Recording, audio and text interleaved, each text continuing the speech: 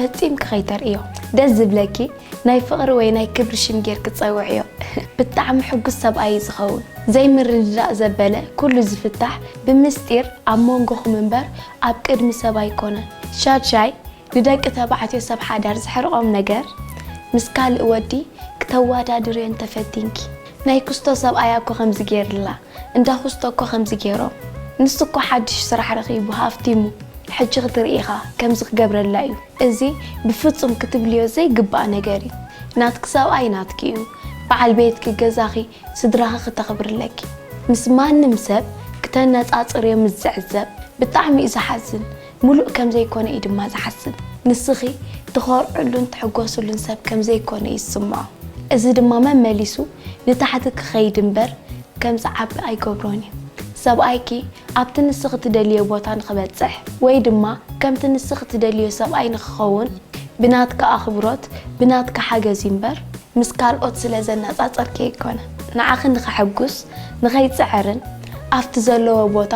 ደው ክብልን ዝገብሮ ምስ ካልኦት ምስ ተነፃፅረ ካልእ ሰብ ክኸውን ኣይክእልን እዩ ንኻልእ ምምሳል እውን ኣይክእልን እዩ ንኻልኦት ምምሳል መባኸኒ ህይወት እዩ ግን ብመንነቱ ምስ ተኽብርዮ ብምሉእ ዓቕምኺ ምስ ትድግፍዮ ተስፋ ምስ ትኾንዮ ምስ ተባራትዕዮ ሰብኣይክ ብዝያዳ ላዕሊ እዩ ዝወፅእ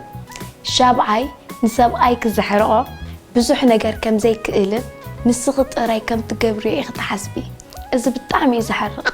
ኣወዳት ብገዛእ ርእሶም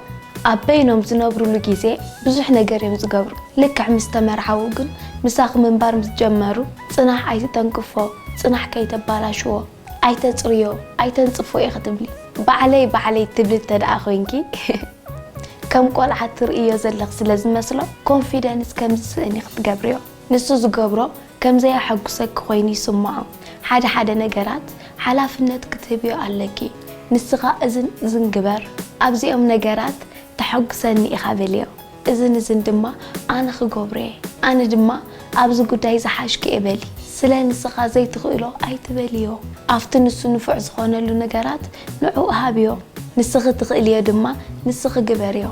ልክዕ ከምዚ ሓላፍነት እንዳተዋሃብኩም ምስ ትነብሩ ትተሓጋገዙ ነንሕድሕድኩም ትዋዳደሱ ምስጋናን ምድናቕን ድማ ካብ ክልቴኹም ክወፅእ ይጅምር ንስኺ ድማ ሰብኣይክ ምብርታዕን ምድናቕን ከይትርስዒ ሻብዓይ ድማ ነዚ ኩሉ ጌርኪ ሰብኣይክ ከተሐጉስዮ እንተደሊኺ ተኽብሪ በዓልቲ ቤት ኩኒ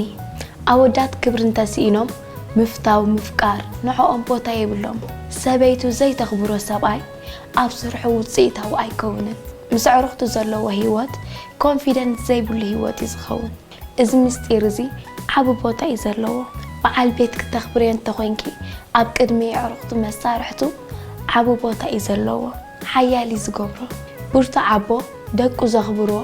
ካብቲ ሕጂ ዘለኹሞ ህይወት ዝዓበየን ዝበለፀን ንኽትነብሩ ንስኺ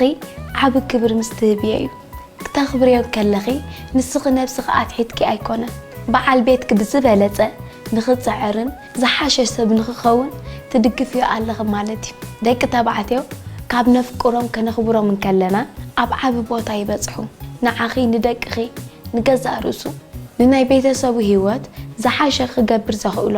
ኣብ ገዝኡ ከም ዝኽበር ምስ ዝስምዖ እዩ ኣብ ቅድሚ ደቁ መጉስዮ ኣኽብርዮ ኣቦኹም ኣኽብሩ ንሱ ሓያል ኣቦ ይበልዮም ሰብኣይኪ ናትክ ክብሪ ሓፊዝ ኣብሎ ንሕና ደቂ ኣንስትዮ ዕውት ሓዳር ክንምስርተሉ ንኽእል ጥበበኛታት ምስ ንኸውን እዩ ጥበበኛ ሰበይቲ ሓዳራ ብጣዕሚ እያ ተፀብቕ